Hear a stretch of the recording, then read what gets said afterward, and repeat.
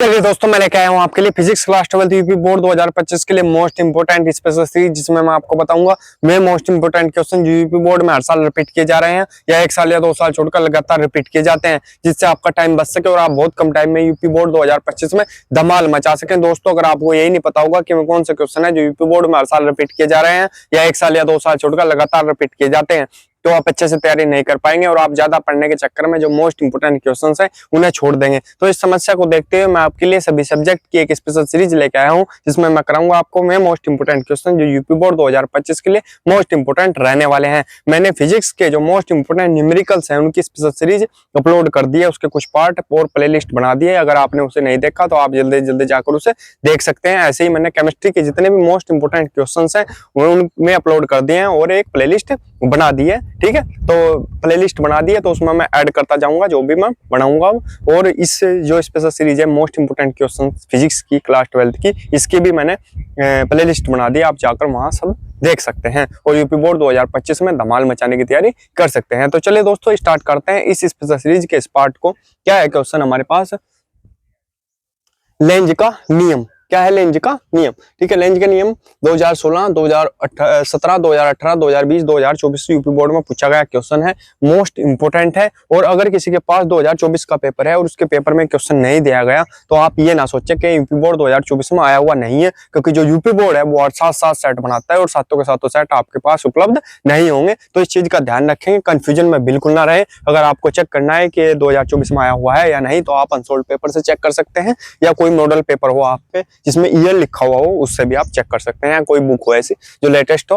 ठीक है, तो आपको लिखा हुआ मिल जाएगा कि ये आया हुआ है। ठीक है, तो लेंज का नियम क्या है? बहुत ही सिंपल बात है, यहाँ पर रिवीजन कर रहे हैं हम, जल्दी जल्दी करेंगे। क्या होता है आंसर? किसी परिपथ में प्रेरित विद्युत धारा की दिशा, प्रेरित विद्युत धारा की दिशा सदैव ऐसी होती है कि वह उस कारण का विरोध करती है जिससे वह स्वयं उत्पन्न होती है। सिंपल सी बात है कि क्या कहा, किसी परिपथ में जो प्रेरित विद्युत धारा की जो दिशा होगी वह उस कारण का विरोध करेगी जिससे वह खुद निकलेगी, जिससे वह खुद निकलेगी यानी स्वयं उत्पन्न होगी। ठीक है, सिंपल सी बात है। तो किसी परिपथ में प्रेरित विद्युत धारा की दिशा सदैव ऐसी होती है कि वह उस कारण का विरोध करती है जिससे वह स्वयं उत्पन्न होती है। ठीक है, तो अगला देखेंगे हम, विद्युत चुंबकीय प्रेरण। ये मैंने बताया भी था जब फैराडे के नियम पढ़ाए थे।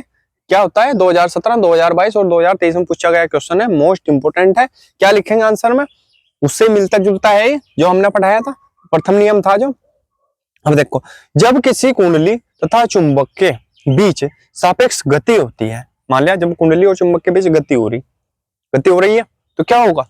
तो कुंडली में प्रेरित विद्युत वाहक बल उत्पन्न हो जाता है, प्रेरित विद्युत वाहक बल भी उत्पन्न होगा और धारा भी उत्पन्न होगी, क्योंकि यहाँ धारा की जरूरत नहीं है, हमें सिर्फ विद्युत चुंबकीय प्रेरण की बात करनी है, तो इसलिए हमने नहीं लिखा। ठीक है, तो क्या होगा? जब किसी कुंडली तथा चुंबक के बीच सापेक्ष गति होती है, गति होगी जब, तो क्या होगा? तो कुंडली में विद्युत वाहक बल उत्पन्न हो जाता है। यह घटना क्या कहलाएगी?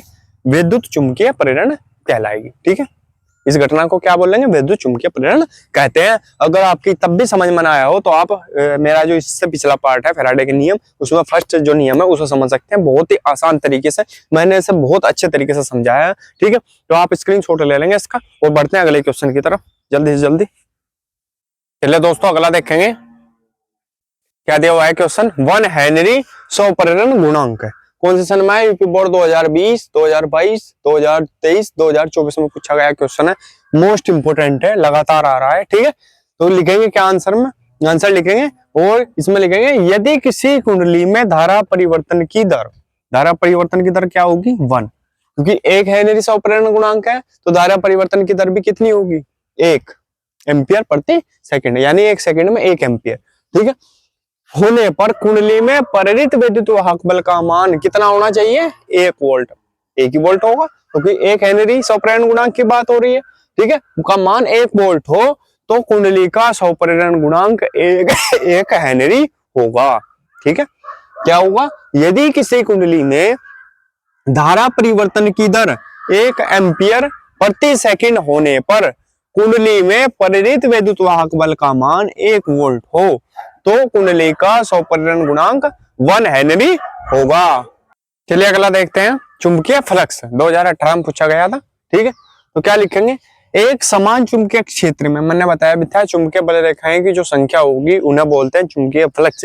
ये भी मैंने फैराडे के नियम में बता रखा है, चुंबकीय फ्लक्स। ठीक है, क्या होगा, एक समान चुंबकीय क्षेत्र में, एक समान चुंबकीय क्षेत्र में स्थित किसी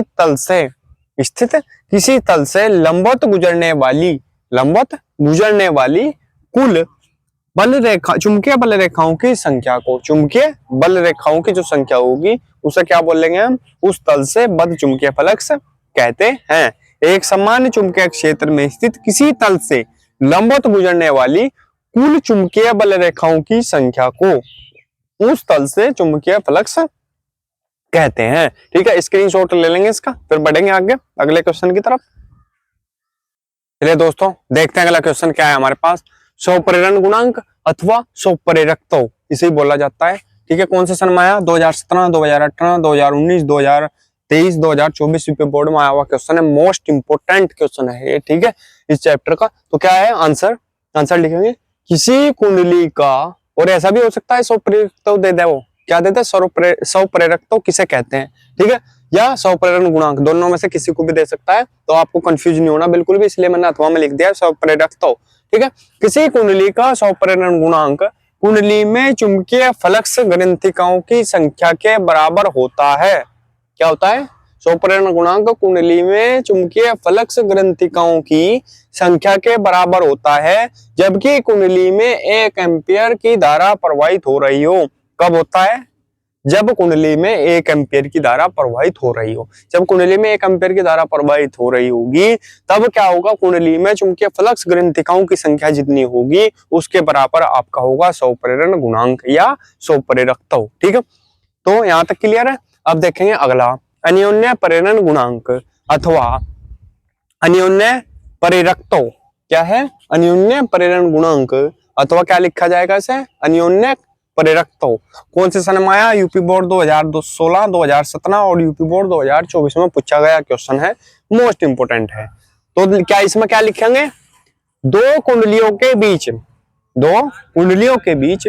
अन्योन्य प्रेरण गुणांक द्वितीय कुंडली में प्रेरित विद्युत वाहक बल के बराबर होता है। द्वितीय कुंडली में जो प्रेरित विद्युत वाहक बल है उसके बराबर होता है, जब कब होगा, जबकि प्राथमिक कुंडली में धारा एकांक दर से प्रवाहित हो रही हो, धारा एकांक दर से प्रवाहित हो रही हो।